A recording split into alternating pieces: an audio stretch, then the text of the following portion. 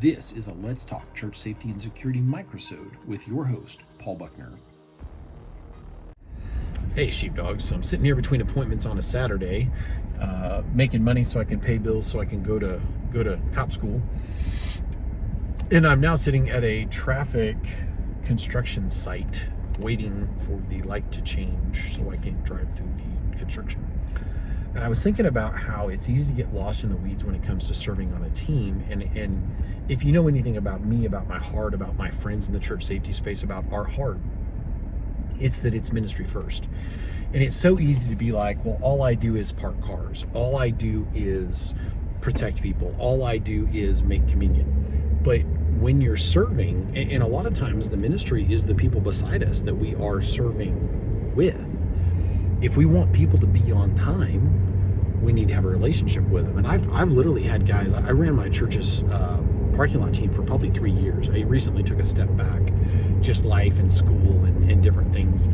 And it's really easy to get lost in the weeds and be like, well, all we're doing is parking cars, or all we're doing is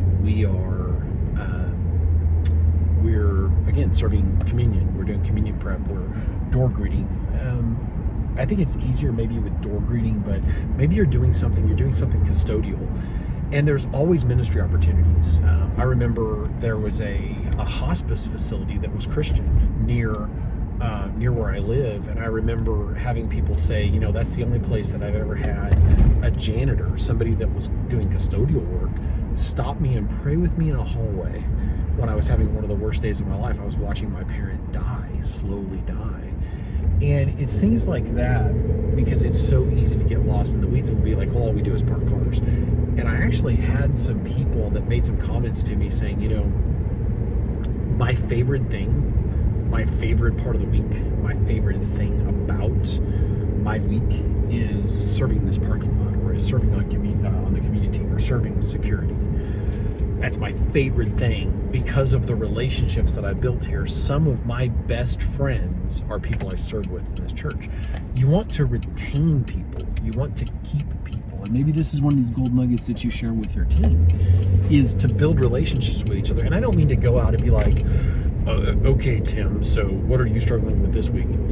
By your love will they know you've been with me, Jesus. It's kind of scripture.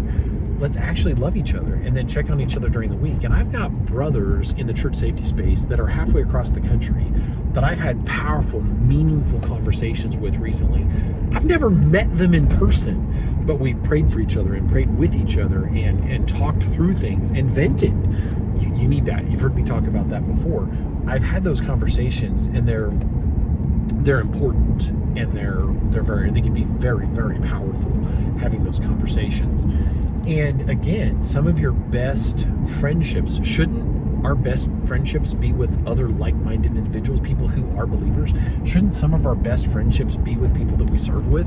Shouldn't we have relationships with other believers that extend outside the borders and boundaries and walls of the church? Because yes, I'm just going to answer that question. And so it's really easy to get lost in those weeds and forget that.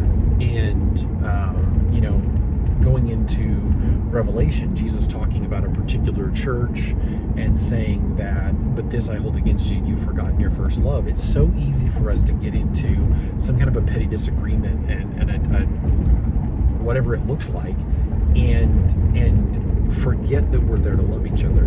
And I think there's a time and a place to step back from a position, but we should be able to build relationships within that environment and love each other through things and have grace for each other. Well, I can't serve with Paul because he was really grumpy with me today. Why was Paul grumpy with you today? Did you offer to pray with him? You know, what's going on? If you look closely in the background there, you might have just seen part of my vest. It looks like it came off wish.com, but they gave me a vest to wear while going through the academy. It was actually part of the $8,200 that I spent on that. And but it's got the logos and things from that academy in it. So as always, may the Lord bless you and keep you. May his face shine upon you. Remember Semper Disciplina, that lifestyle of discipline training. I've got to go fix a computer. Bye. If you enjoyed this microsode, check out the video and audio versions of the Let's Talk Church Safety and Security podcast.